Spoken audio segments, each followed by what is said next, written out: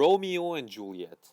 On top of being one of the greatest love story of all time, this well-known 500 years old Shakespearean tragedy also holds some valuable lessons who are still valid in our society. Here are, in our opinion, the four most important ones.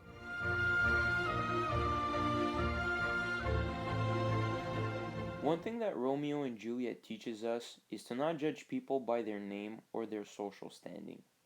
Instead, the play teaches us to judge people for who they are, meaning to judge them by their personality, the way they think, their qualities and flaws, and by the way they act. In the play, Juliet and Romeo were able to look past the fact that their families were mortal enemies, and they were able to form a very strong and beautiful relationship. Thou art thyself, though not a Montague. What is Montague? It is no hand, nor foot, nor arm, nor face, nor any other part belonging to a man.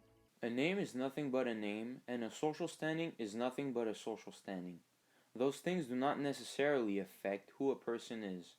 We should judge people after knowing them, as we learned from Romeo and Juliet.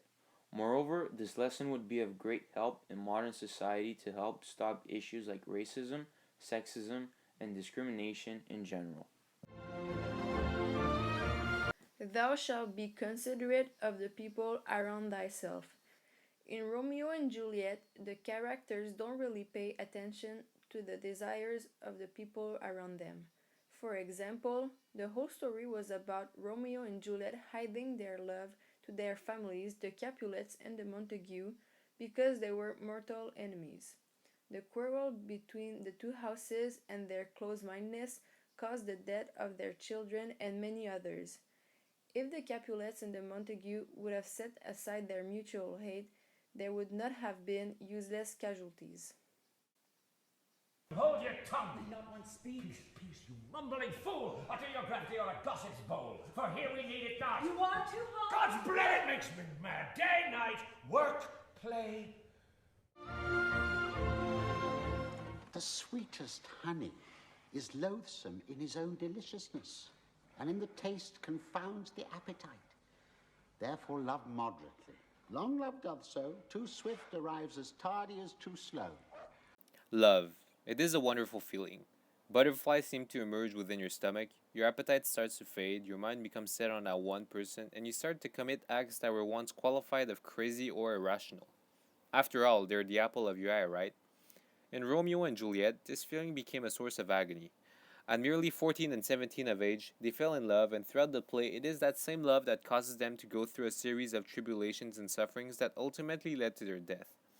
However, it would be unfair to solely blame the stars for this bloodbath. By analyzing the play, we can notice that had Romeo not rushed things with Juliet, this well-known tragedy could have had a much more jocund ending. In fact, had Romeo not married the girl he met a few hours ago and had he instead decided to think about it, he would have understood the consequences of his marriage with a Capulet. His love story with Juliet could then have lasted way longer than 5 days. So, lesson learned. If you don't want to live a life of endless woe, take it slow. Come, unsavory guide, thou desperate pilot, not once run on the dashing rocks thy seasick weary bark. Regardless of how strong their love was, Romeo and Juliet still died in the end. But they did die for each other.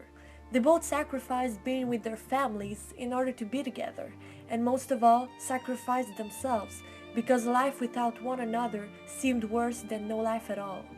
And their deaths didn't go unnoticed. On the contrary, they brought back peace to Verona and ended the feud between the Capulets and the Montagues. We can say that they sacrificed themselves so that those around them could live more happily. They caused their own deaths in order to prevent all the deaths that would have happened if the feud had gone on. Of course, their suicides can be viewed as selfish acts of blind love for each other. But what if it's also a sacrifice for a love that's much bigger than them? The love of their families, of their country, but mostly the love they have for this idea of peace between their households, an idea they succeed to make a reality.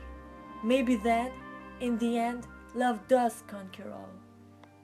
Guys, thank you for watching this video. Don't forget to go check out the other Shakespeare related stuff on the channel, such as Eating an Omelette with Hamlet, Othello Had Many Toes, and King Lear Does Not Fear. Have a good one.